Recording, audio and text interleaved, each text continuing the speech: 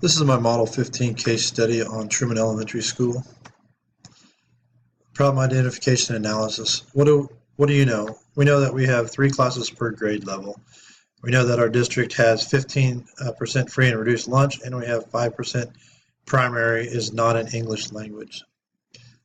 So looking at the data right there, we can tell that our school is a fairly high functioning building, and even though we do have 5% non-English speakers, we have 95% that are. So if you look at that data, we're pretty high in English, and our scores should reflect that. But they're not. Our reading scores are decreasing. We found that the parents have received some of the data on their own, and now they're asking questions. We have a reading specialist has come in. I've asked the reading specialist to come in and evaluate and come up with some recommendations. What do I need to know? One of the main things that pops up to me is, why haven't I spent more time in the classroom with teachers? Why is this a problem and we're just now finding out about it because a parent looked at the data and is asking questions? I should have known this prior. What resources have we used and what resources do you like to use? A question we can ask the teachers. Rely on our past responsibility. Ask other teachers that we've worked with in the past. What professional developments have we had? Have we sent our staff to it? Maybe they did prior to me arriving at the school. Maybe I've sent them to them and we need to ask questions. Did you bring anything back to the classroom? Would you like to go to more professional developments? One of the main questions I have is, why is our schedule interrupted? Why is reading not uninterrupted? I need to relook at our schedule and find that out. Did I do it not thinking? Was it an oversight? And if so, I feel like our reading scores are being punished, and so are our students because of that. Why are we not using ability groups or even small groups? If I had been in the classroom, I would have observed this and maybe can answer this question, or maybe have suggested it, but right now we're not using either one. It says that our standards are not followed, or maybe they're not up to date.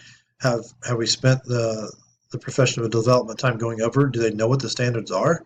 Do they know why our data is the way it is? Are we teaching because we haven't had the expert come in and talk to us, or the other teachers? A lot of questions. What is the problem? The problem is that students are not being taught the skills to succeed in the classroom or on the test. The problem has been realized by the public and needs to be addressed. So the main problem I see is, how are we, as the teachers and myself, and then the students, going to work towards improving our test scores, raising our ability levels, and repairing public image. Plan of action. The first thing I see we need to do is pull out the standards. Find the standards for the class, go over the standards, make sure we understand the standards, and make sure we teach the standards. We can do that in many different ways, and that's the communication. That's a question we could ask and have a great discussion with. By bringing in professional developments, we've done that for our math. We brought in a state lady that came in and helped us develop our curriculum better, that it did align. So we can do this with our reading as well. Changing the building schedule, that's one of the things that we can look at. Not sure we can do it right now. Maybe we can make some tweaks, some changes, but definitely for the next school year, change our building schedule around where we have some uninterrupted times. Weekly letters to parents. We have to redo our image. We have to build on that. Sending home a parent letter talking about all the positives that are happening. It doesn't have to be just reading. It can be anything, but just showing that the school, that we are doing something for your kids. We send positives out, so when they do see a negative, they know we're working to address them, and they don't have to address them with us. They know we're already working towards it. Work with the grant facilitators. We're trying to get a grant right now, so keep working with the facilitators on the grant and the superintendent, giving them the information that they need to move forward. And hopefully, if we get the grant, we can use that grant for resources and materials for the classroom to improve reading and any and all the other subject matters. Appropriate strategies for implementation. Again, the main thing I think is the outside professional for aligning standards and reviewing, like we did for math. Our math scores are going up or staying consistent. We can do the same thing with the reading. Bringing somebody in that can help us be on the right track with the 3 classes, and then the class after that, just aligning everything will benefit our students. Observations from both reading specialist and myself. I say the reading specialist and myself, we both need to be in the classroom. Looking at what's going on in the classroom. Can we use the technology? Can we use some of the grant managers do to fund new technology if we needed to? Can we work on our ability grouping? I'm a big firm believer of ability grouping. Not always a high level and a low level. Sometimes that works where we can have different lessons going on, but using the strengths of one student with the weakness of another and let them teach themselves. Sometimes they teach better. We just need to make sure the teachers understand that and help them with that. Are we following our standards? At first we need to know what standards we're covering. That should be a question I could ask the teacher as we walk in. What standards are you working on today? They should be able to address that with me so we know that we're doing that. And then follow-up questions. Follow-up questions can be anything from, like I said, what standards are you using to, are we giving you enough right now? What can I do to help you? But this has to be a we situation, a we problem, not just a blame it on the teacher or we have a low class. It doesn't work that way. We have to be all in it together. Promoting the success of all students, working towards receiving the grant to secure funding for new ideas and programs. If we can receive this grant, I know we can use the money wisely to help our students in our classroom grow. Rewards for moving the cohort change in a positive number. Right now we're at -2 and 3s. We do a reward system right now for math where if our numbers improve, they get a movie day. We go to the auditorium, they watch a movie, they get popcorn. Let's do the same thing with reading. Give them something positive to work towards. We're already putting in new instruction. Let's see a change, and the kids will work hard for something, even as simple as a pop or a popcorn in a movie. Just show them that we do care, and there is something for them. We know it is education. They see it as a reward of a movie, and that's fine. What are you thinking, feeling, and valuing? This is an us problem, and I myself need to do a better job of being a leader of the district, of our school, of our classes, being visible. Why haven't we discussed the scores before?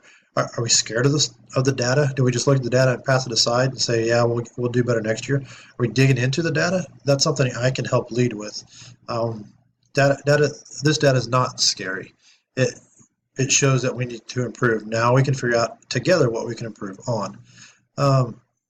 This is an easy thing. We can turn a negative, our test scores, our lack of following standards, into a positive for the kids and the parents. Obviously, the kids are going to benefit for doing this, but just having a positive rapport with the parents now, the newsletters that goes home, the kids enjoying it, the parents feeling that the kids are doing a good job when they see our next year test scores and they improved, the willingness to bring their kids to school and to keep being involved in the PTO. Definitely an easy thing to make a positive. And if we do that, we all need to value the students' education. That's myself, the reading specialists, the teachers, the parents, the pairs, anybody that we can use in the district to benefit the students. What issues are still unresolved? We have a team time. Are we not using it effectively? I have a question with that. We're spending the time talking about what? Math is improving, so we must be doing something right there. We need to take that and move it into reading. Are we skipping reading because we don't have time? Are we frustrated with the way things are? Why are we not communicating with me as a principal and asking these questions? But better yet, why am I not asking you these questions? Are we communicating with the parents? It's important that we communicate with the parents positive and things that we or their student needs to improve on. Don't make it a negative, just something they can improve on. Have that open dialogue with parents. We can look at the data and say, hey, this is just a low functioning couple of grades, and that could be, which means we need to do even a better job of getting to our standards and helping our students. But we do know we have those years that no matter how hard we work, our scores aren't going to be high as when we have a high functioning class, but that doesn't mean we don't work. Why are we as a staff communicating? Am I not asking the correct questions? Am I unapproachable? Why is there something going on there that we need to address? So let's fix that. I will fix that. Do we review the data together? Again, are we scared of the data? Do we know what the data says? Let's go through it, talk about it, figure out a way we can address it with bringing in like the reading specialist, an outside counsel, or maybe just looking at it and saying, oh, we're really good at this part. We must spend a lot of time there. Let's take that attitude into something that we're not so good at and benefit our kids. Reflection on Standard 8. Our grade level meetings. So all the grade levels are getting together. Then we can meet with the grades above us and below us, and kind of talk about some things that are strengths and weaknesses. We've got the outside professional help. Let's use that. Listen to them, take that into our classroom, and get better. Our weekly newsletters. We have weekly newsletters for our parents. Let's make sure that's a positive. Let's do it. Let's not just do it once or twice. Let's continue it. Hold me accountable. I'm going to hold you accountable on some of these. Hold me accountable that I will send out the weekly newsletters. We're going to continue to work towards the grant. I will keep in contact with the superintendent and the grant coordinators. Let's see if we can get this passed. It's going to benefit our kids in all aspects. I'm going to spend more time in that classroom. I want you to think I'm visible, not there to check up on you, there to help you, help the students. Use me in whatever questions you have. If I don't know the answer, I'll find the answer. I'll find somebody that will help you with the answer. Looking at the data, we're going to go over the data. We're going to use the data from everything, not just reading, math, social studies, whatever. We're going to learn how to use the data to best benefit our students and know that the data is there to use as a tool. Knowledge of policy, laws, and regulations for a positive change. Some of the policies that we can change. Again, we're going to try to help with the language arts classroom times. Get you as a teacher on hopefully an hour or as close to we can that you will not get interrupted. There won't be a lunchtime, PEs, vocal music. We'll do whatever we can. Now, it's not always going to work. It might not work every day, but we're going to do our best to make sure you have a good block of time to where you can teach and teach effectively. We're going to keep working with the grant coordinator. And then we're going to also we added a policy to send home letters to parents, and I hope that you help me with that. I will do it, but there's nothing saying that you can't send home a positive letter home, email, or phone call.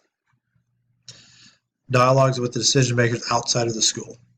School superintendent, the people that I report to, you report to. Let's keep working on our grant. Let's talk to them, make sure that they understand we're moving in positive directions. Letters home and open dialogue to the PTO. If we address all this and make it positive, the PTO won't come to us with a problem like they just did. They might come up with a question. That's okay, as long as they know we're working towards it. We have an open dialogue. They can ask questions. We can ask questions. Nobody's blaming anybody. We're just trying to get things set up for the betterment of their child. And we're going to follow up with the outside curriculum and resources. We're not going to just do this one time. We're going to continue to keep asking questions to people that are making the standards and helping with them. They're the experts.